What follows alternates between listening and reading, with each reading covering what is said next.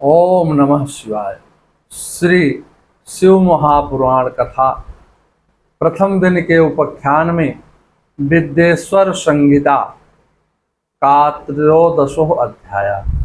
13वें अध्याय में सदाचार, शौचाचार, स्नान, भस्म धारण, संध्या वंदन, प्रणव जप, गायत्री जप, दान, न्यायतः, धनोपार्जन तथा अग्निहोत्र आदि की विधि एवं उनकी महिमा का वर्णन किया गया है। 13वें अध्याय में मंगलम भगवान विष्णु मंगलम गरुड़ाध्वजा मंगलम पुंडरीकाक्षाय मंगलाय तनोहरि।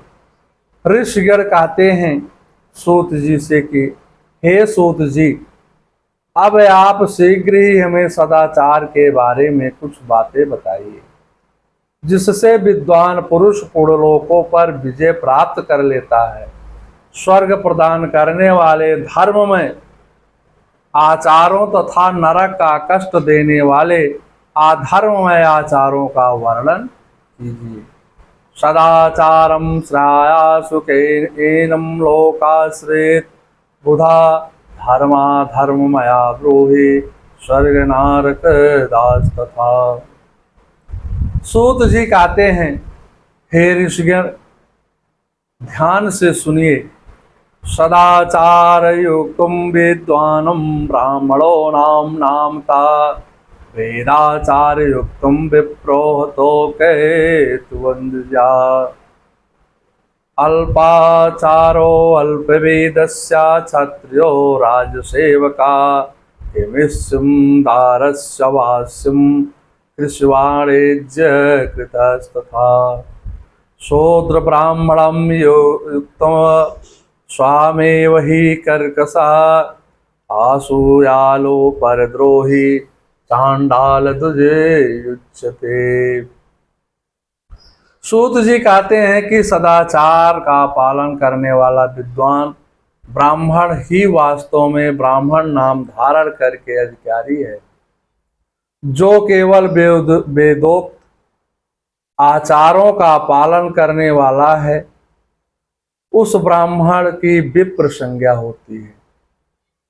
जो सदाचार, वेदाचार तथा विद्या जिनमें से एक एक गुण से ही युक्त होने पर उसे द्विज कहते हैं।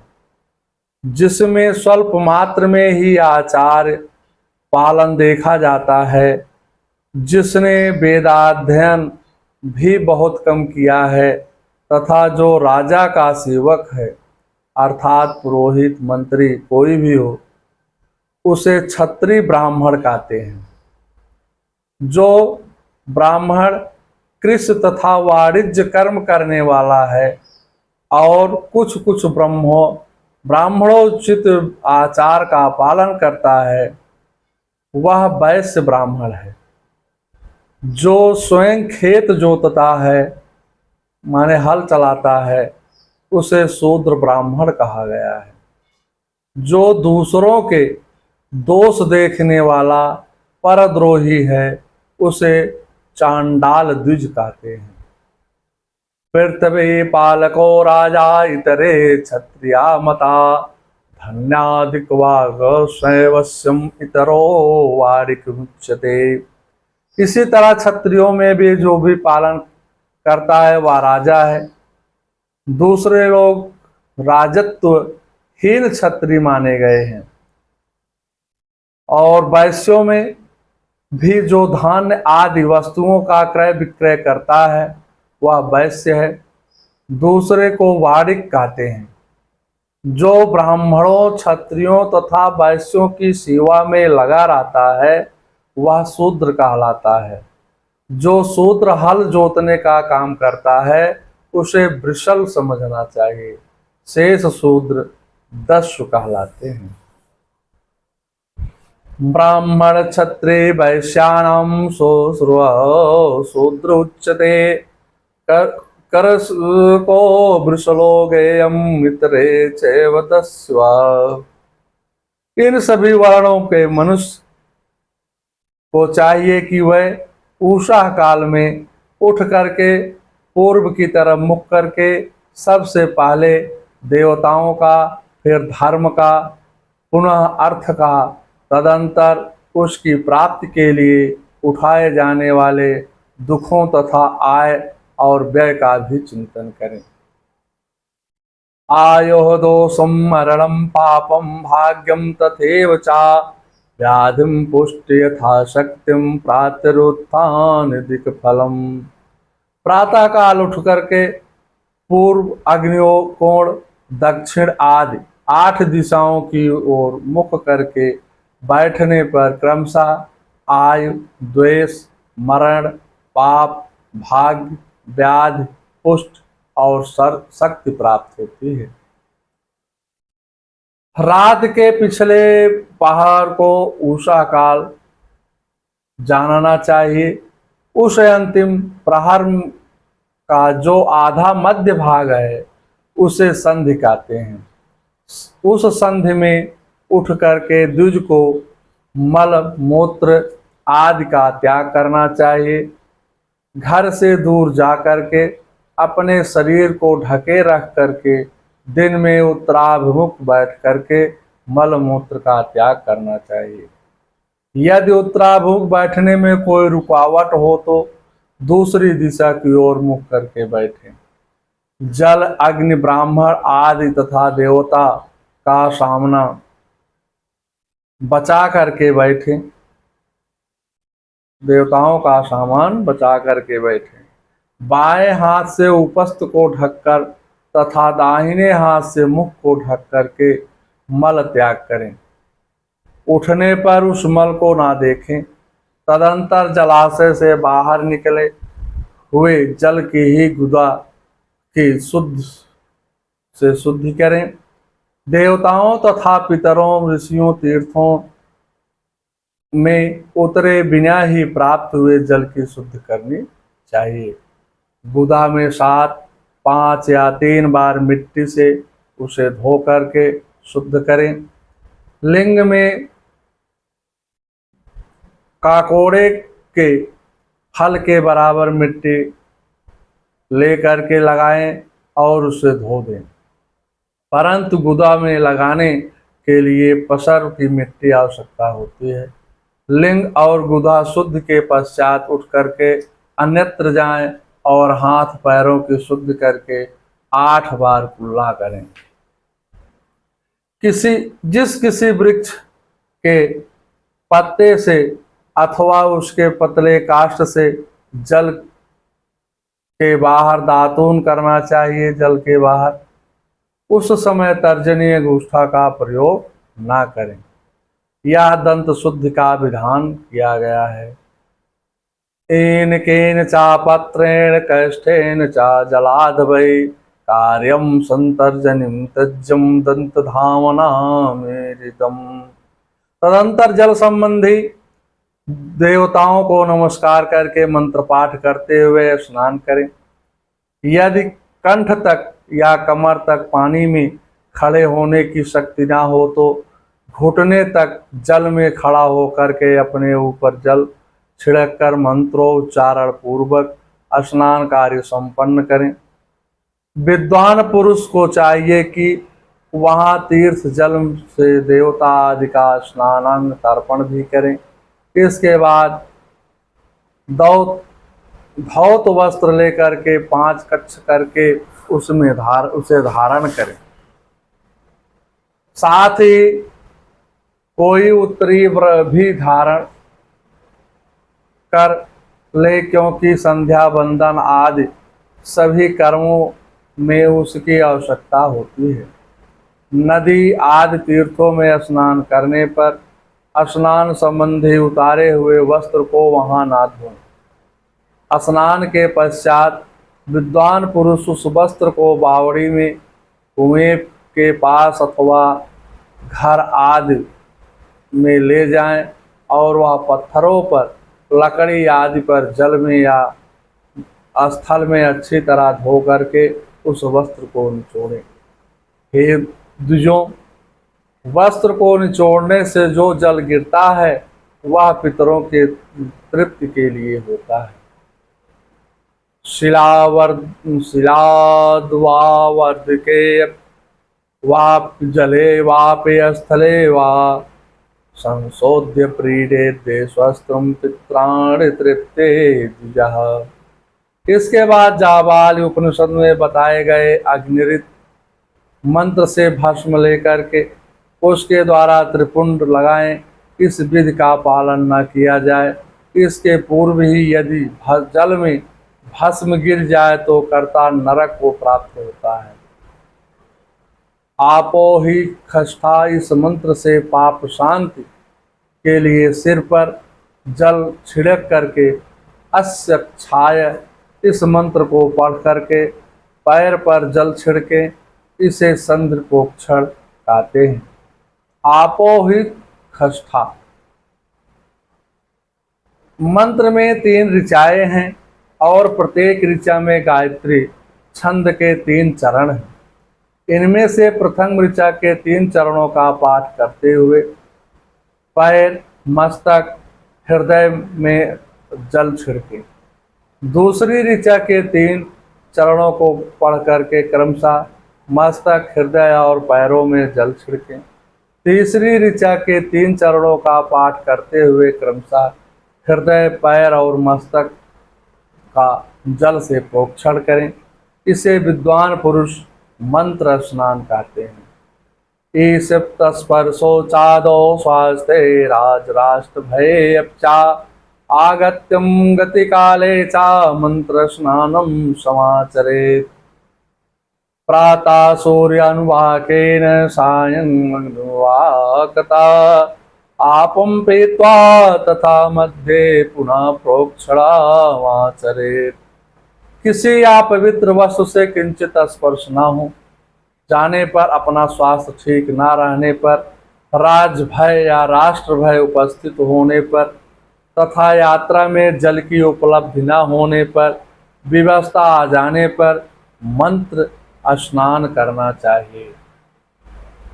प्रातःकाल सूर्यास्त चा मनुष्यस्य, इस सूर्यानुभाव का संकेत सायंकाल अग्निश्चा मनुष्य, इस अग्नि संबंधी अनुवाग से जल का आचमन करें। जल से अपने अंगों का प्रोक्षण करें। मध्याह्न काल में भी आपः पुनन्ति, मंत्र से आचमन करके पूर्ववत प्रोक्षण करना चाहिए। गायत्रीं जपमांत्रे रे रुद्धम प्राग विनिक्षिपते मंत्रेण साच चाएकम वै मध्ये अर्घम तो रोवे दुर्जाः। प्रातः काल संध्योपासना गायत्री मंत्र का जप करके 3 बार ऊपर की ओर सूर्य देव का अर्घ देना चाहिए। सूत जी कहते हैं, हे ब्राह्मणों, हे ऋषिगणों, मध्यकाल में गायत्री मंत्र के उच्चारण पूर्वक सूर्य को एक ही अर्घ देना चाहिए। फिर सायंकाल आने पर पश्चिम की ओर मुख करके बैठ जाएं और पृथ्वी पर ही सूर्य के लिए अर्घ दें, ऊपर की ओर नहीं। प्रातः काल, मध्यकाल और समय आंजल दें। आंजल जल लेकर के अंगुलियों की ओर सूर्य देव के लिए अर्घ दें। आंगलीनां रंध्रेण लब्धं पश्येन दिवाकरा आत्मं प्रदक्षिणं कृत्वा शुद्धं आचनं चारेत। अंगुलियों के छिद्र के ढलते हुए सूर्य को देखें तथा उनसे उनके लिए आत्म प्रदक्षिण करके शुद्ध आचमन करें। सायं मुहूर्तवाक्तुं कृतं संध्यावृता भवेत् आकाल तत्कालम युक्तो दिनमेतुम कथास्तुम। सायंकाल में सूर्यास्त के 2 घड़ी पहले की हुई संध्या निष्फल होती है, क्योंकि वह सायंकाल संध्या का समय नहीं है। ठीक समय पर संध्या करनी चाहिए, ऐसी शास्त्र आज्ञा है। शास्त्र की ऐसी आज्ञा है। यदि संध्योपासना किए बिना दिन बीत जाए तो प्रत्येक समय के लिए क्रमशः प्रायश्चित करना चाहिए। दिवातीते चा गायत्रे शतं नित्या क्रमात् जपेत् आदसाकं हत्यरारीतं गायत्री लक्षणम् अभ्यसेत। यदि एक दिन बीते तो प्रत्येक बीते हुए संध्या काल के लिए नित्य नियम से के अतिरिक्त 100 गायत्री मंत्र अधिक जाप करें। यदि नित्य कर्म से लुप्त हुए 10 दिन बीत चुके हैं तो प्रायश्चित रूप से 1,00,000 गायत्री का जप करें। यदि 1 मास तक नित्य पूर्वक छूट जाए तो उपनयन संस्कार फिर से करवाएं। मासेते तो नित्य ही पुनस्य सोपनम चरेत। अर्ध सिद्धि के लिए ईश गौरी कार्तिकेय विष्णु ब्रह्मा चंद्रमा यम का तथा ऐसे ही अन्य देवी देवताओं का भी शुद्ध जल से तर्पण करें। तत्पश्चात तर्पण कर्म को ब्रह्मांड पर करके शुद्ध आचमन करें। तीर्थ के दक्षिण भाग में प्रशस्त मठ में, मंत्रालय में, देवालय में, घर में, अन्य किसी नियत स्थान में आसन पर स्थिरता पूर्वक बैठ करके विद्वान पुरुष अपनी बुद्धि को स्थिर करें और संपूर्ण देवताओं को नमस्कार करके पहले प्रणव का जाप करने के पश्चात गायत्री मंत्र की आवृत्ति दें। प्रणव के आ ई मा ये तीनों अक्षरों से जीव और ब्रह्मा की एकता का प्रतिपादन होता है। जब काल में यह भावना करनी चाहिए कि हम तीनों लोकों की सृष्टि करने वाले ब्रह्मा, पालन करने वाले विष्णु, संहार करने वाले रुद्र जी, जो स्वयं प्रकाश चिन्मय है, उपासना करते हैं। या ब्रह्म स्वरूप ओंकार हमारी कर्मेंद्रियों, ज्ञानेंद्रियों की वृत्तियों की, मन की वृत्तियों की तथा बुद्ध वृत्तियों की सदा भोग और मोक्ष प्रदान कराने वाले धर्म एवं ज्ञान की ओर प्रेरित करे। बुद्ध के द्वारा प्रणव के इस अर्थ चिंतन करता हुआ जो इसका जप करता है वह निश्चय ही ब्रह्म पद को प्राप्त कर लेता है। अर्थानुसंधान के बिना भी प्रणव का नित्य जप करना चाहिए। इसके ब्राह्मणत्व की पूर्ति होती है। ब्राह्मणत्व की पूर्ति के लिए श्रेष्ठ ब्राह्मण को प्रतिदिन प्रातः काल 1 सहस्त्र गायत्री मंत्र का जप करना चाहिए। मध्यकाल में 100 बार और सायंकाल में 28 बार जप की विधि करनी चाहिए। अन्य वर्ण के लोग क्षत्रिय, ब्राह्मण, वैश्य को 3 संध्याओं के समय यथा साध्य गायत्री जप करना चाहिए। अन्येषां च यथाशक्ति मध्याह्ने च शतं जपेत्। सायं दुर्विष्कं श्रेय गेयं कष्टकं समन्वितः। शरीर के भीतर मूलाधार, स्वाधिष्ठान, मणिपुर, अनाहत, आज्ञा और सहस्रार ये 6 चक्र हैं। इनमें मूलाधार से लेकर के सहस्रार तक के 6 स्थानों में विद्येश्वर, ब्रह्मा, विष्णु, ईश्वर, जीवात्मा और परमेश्वर स्थित हैं। इन सब में ब्रह्मा बुद्ध करके इनकी एकता निश्चय करे और ब्रह्मा मैं हूँ ऐसी भावना से युक्त होकर के जप करे।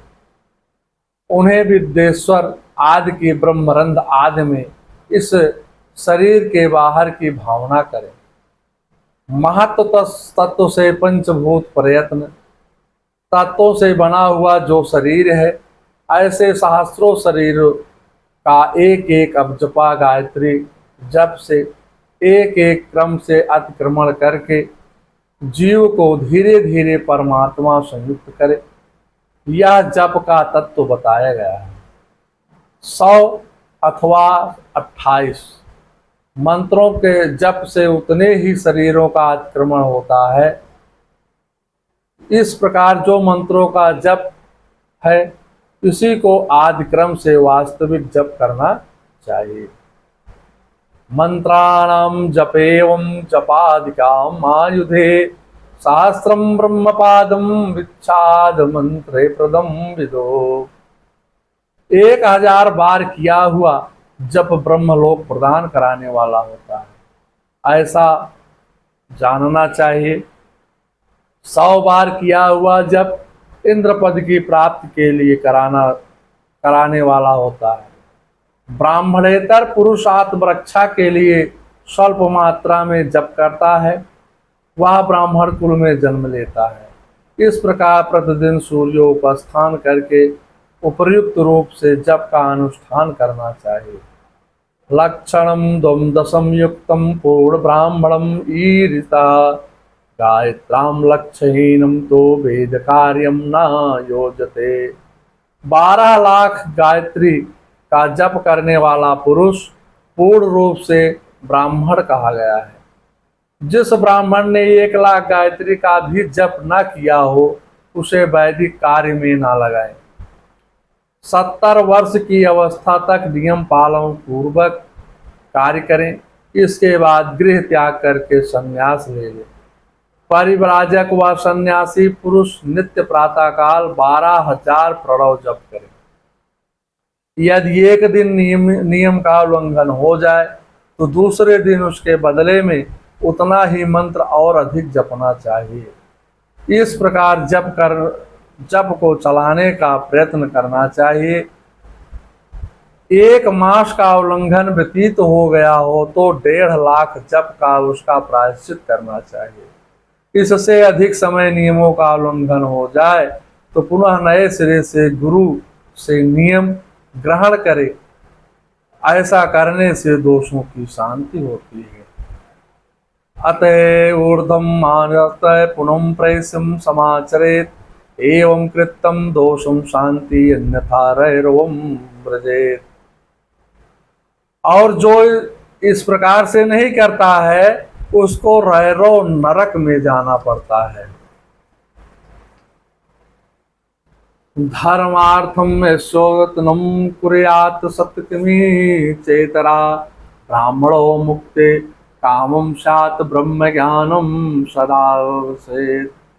धर्म अर्थो अर्थगतो भोगो भोगद्वय वैराग्य संभवा धर्मम अरितम भोगेन वैराग्यम उपाजेत।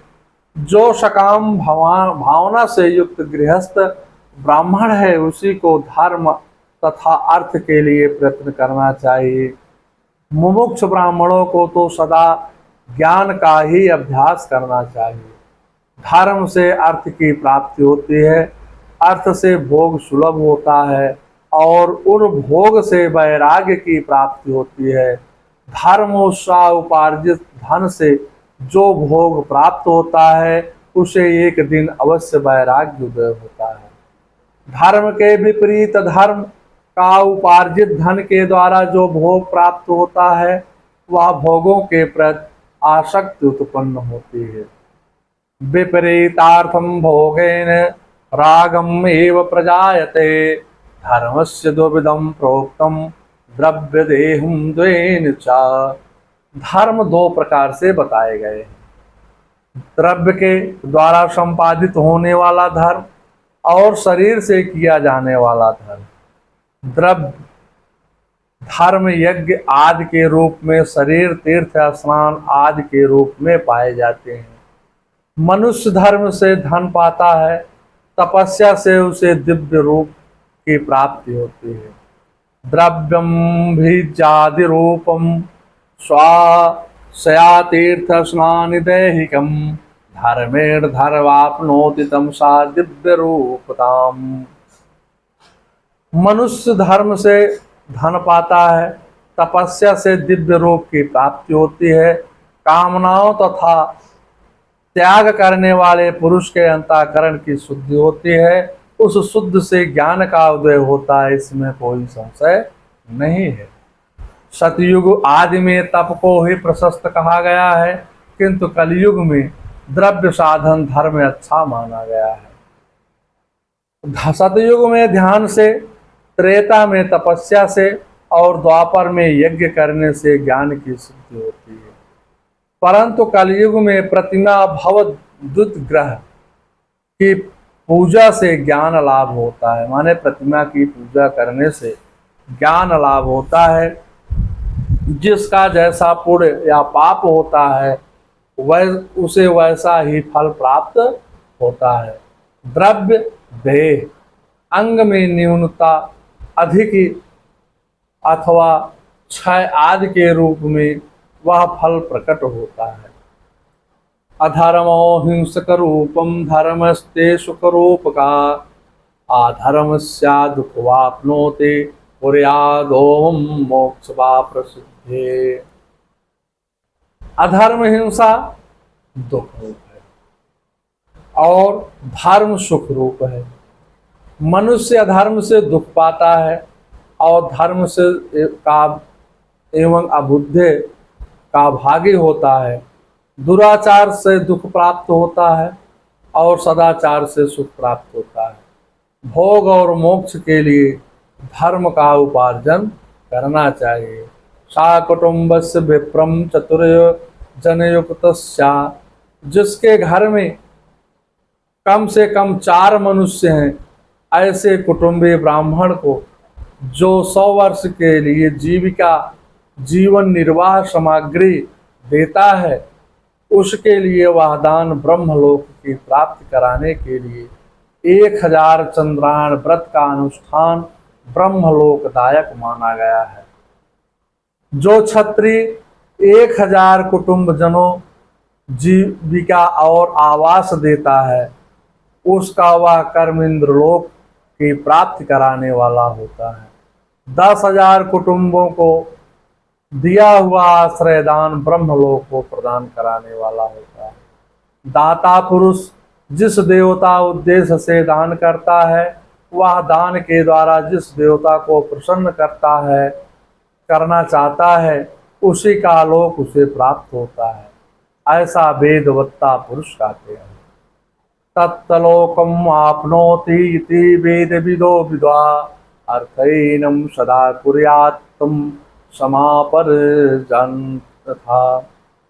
धनहीन पुरुष सदा तपस्या का उपार्जन करें।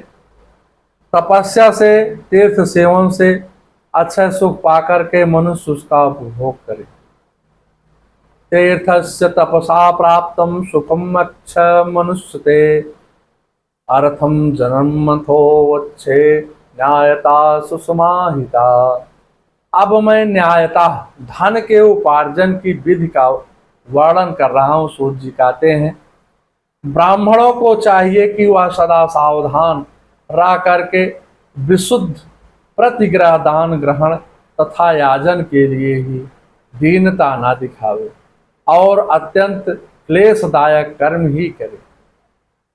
क्षत्रिय बाहुबल से धन का उपार्जन करें। वैश्य कृषि गोरक्षा से न्याय उपार्जन धन का दान करने से दाता को ज्ञान की सिद्धि होती है। ज्ञान सिद्धि द्वारा सब पुरुषों की गुरु की कृपा से मोक्ष सिद्धि सुलभ होती है। मोक्ष रूप से सिद्ध ब्रह्म रूप स्थिति प्राप्त होती है, जिससे भुक्त पुरुष परमानंद का अनुभव करता है। हे द्विजों, मनुष्यों को यह सब सत्संग से प्राप्त होता है। बिन सत्संग विवेक न हो। सत्संग सांग सर्वमेतम नारायणम जायते द्विजा, धन धन्यादिकम सर्वम देवम वै गृह वेदिनम। गृहस्थ आश्रमी को धन धान्य आदि सभी वस्तुओं का दान करना चाहिए। अपना हित चाहने वाले गृहस्थ को जिस काल में जो फल अथवा धन्यादि वस्तुएं उत्पन्न होती हैं, उन्हें ब्राह्मणों को दान करना चाहिए। वह तृषा निवृत्ति के लिए जल तथा क्षुधा रूपी रोग की शांति के लिए सदा अन्न का दान करें। खेत धान्य, कच्चा अन्न तथा भक्ष भोज्य, लेह और चोष के 4 प्रकार के सिद्ध अन्न दान करना चाहिए। जिसके अन्न को खा करके मनुष्य जब तक कथा का श्रवण आदि साधर्म का पालन करता है, उस समय उसके लिए पूर्ण फल आधा भाग दाता को मिल जाता है। यद्यावत् यद्यन्नं चा भुक्तं श्रवणेत मेधसे, तत्पाकृतस्य पूर्णस्यात्वाधर्मं दातुं संशया। उतने समय उसके लिए पूर्ण फल आधा भाग दाता को मिल जाता है, उसमें सो संशय नहीं है। दान लेने वाला पुरुष दान में प्राप्त हुई वस्तु का दान तपस्या करके अपने प्रतिजनित पाप की शुद्ध करे, उसे गौरव नहीं तो उसको रैरो नरक में पड़ना पड़ता है। माने दान लेना भी, जब तक उस प्रकार की तपस्या आप नहीं करते हैं तब तक वह दान आप उस ब्राह्मण के लिए असफल हो जाता है और उसे रौरक नामक नमक नरक में गिरना पड़ता है। इसलिए हमेशा ब्राह्मण को उतने मंत्रों का सुबह दोपहर शाम में पढ़ना चाहिए, अपने को शुद्ध रखना चाहिए। अपने धन के 3 भाग करें। आत्मवितम कृता कुर्याम वृद्धम तु भोगता, नित्यम नैमित्तिकम काम्यम कर्मम कुर्यात धर्मता। यहाँ पर बताया है कि अपने धन के 3 भाग करें। एक भाग धर्म के लिए सुरक्षित रखें, दूसरा भाग वृद्धि के लिए, तीसरा भाग अपने उपभोग के लिए। नित्य नैमित्तिक और काम, ये तीनों प्रकार के कर्म धर्मार्थ रखे हुए धन से करें। साधक को चाहिए कि वह वृद्धि के लिए रखे हुए धन से ऐसा व्यापार करें जिससे कि उसका धन वृद्धि हो जाए, और उपयोग के लिए रक्षित धन से हित कर परमित एवं पवित्र भोग भोगे। कृष्याजितम ददासाम ही देयम पाप शुद्धे, शेषणे कुरिम आधारवम अन्यथा रैरवम प्रजेत। खेती से उत्पन्न किए हुए धन का 10वां दान कर दें, इससे पाप की शुद्धि होती है। शेष धन से धर्म वृद्धि एवं उपयोग करें, अन्यथा आरोप नरक में पड़ना पड़ता है। उसकी बुद्धि पाप से भरपूर हो जाती है या खेती ही चौपट हो जाती है। वृद्धि के लिए किए गए व्यापार में प्राप्त हुए धन का 6वां भाग दान करें। श्रेष्ठ ब्राह्मणों को दान में प्राप्त हुए पदार्थों का 1/4 दान कर देना चाहिए। उन्हें एकमास समात प्राप्त हुए धन को आधा भाग दान कर देना चाहिए। असत प्रतिग्रह, दूषित दान से प्राप्त संपूर्ण पदार्थों समुद्र में फेंक देना चाहिए। अपने भोग की समृद्धि के लिए ब्राह्मणों को बुलाकर दान देना चाहिए। पृष्ठम सर्वम देयाशक्तम अनुसारसम, धनमांतरे ऋणिम साधते पृष्ठवस्तूनि। किसी के द्वारा याचन करने पर अपनी शक्ति के अनुसार सदैव हुए सब कुछ देना चाहिए। यदि मांगे जाने पर शक्ति रहते हुए वह पदार्थ ना दिया जाए तो दूसरे जन्म में उसे ऋण चुकाना पड़ता है। विद्वान को चाहिए कि वह दूसरों के दोषों का वर्णन न करे। वह ब्राह्मण द्वेषवश दूसरे के सुने या देखे हुए छिद्र को भी प्रकट न करें। विद्वान पुरुष ऐसी बात न कहें जो समस्त प्राणियों के हृदय में रोष पैदा करने वाली हो।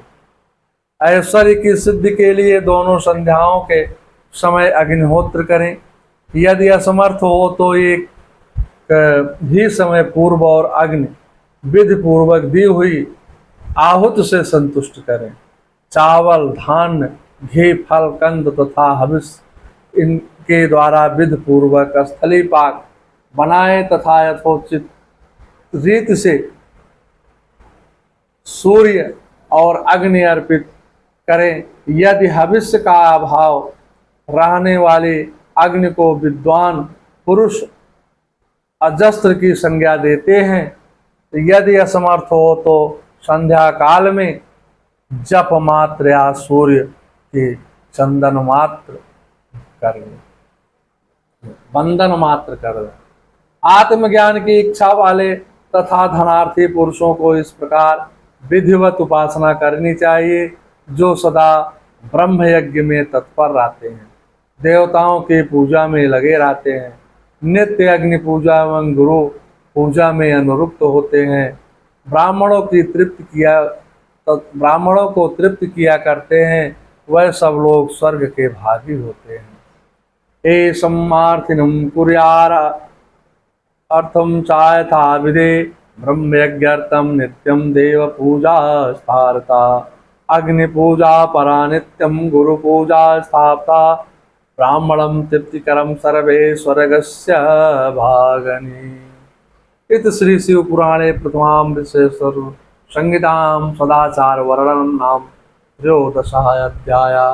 मंगलम भगवान विष्णु मंगलम गरुड़ाध्वजा मंगलम पुंडरीकाक्षाय मंगलाय तनो हरि। ओम नमः शिवाय।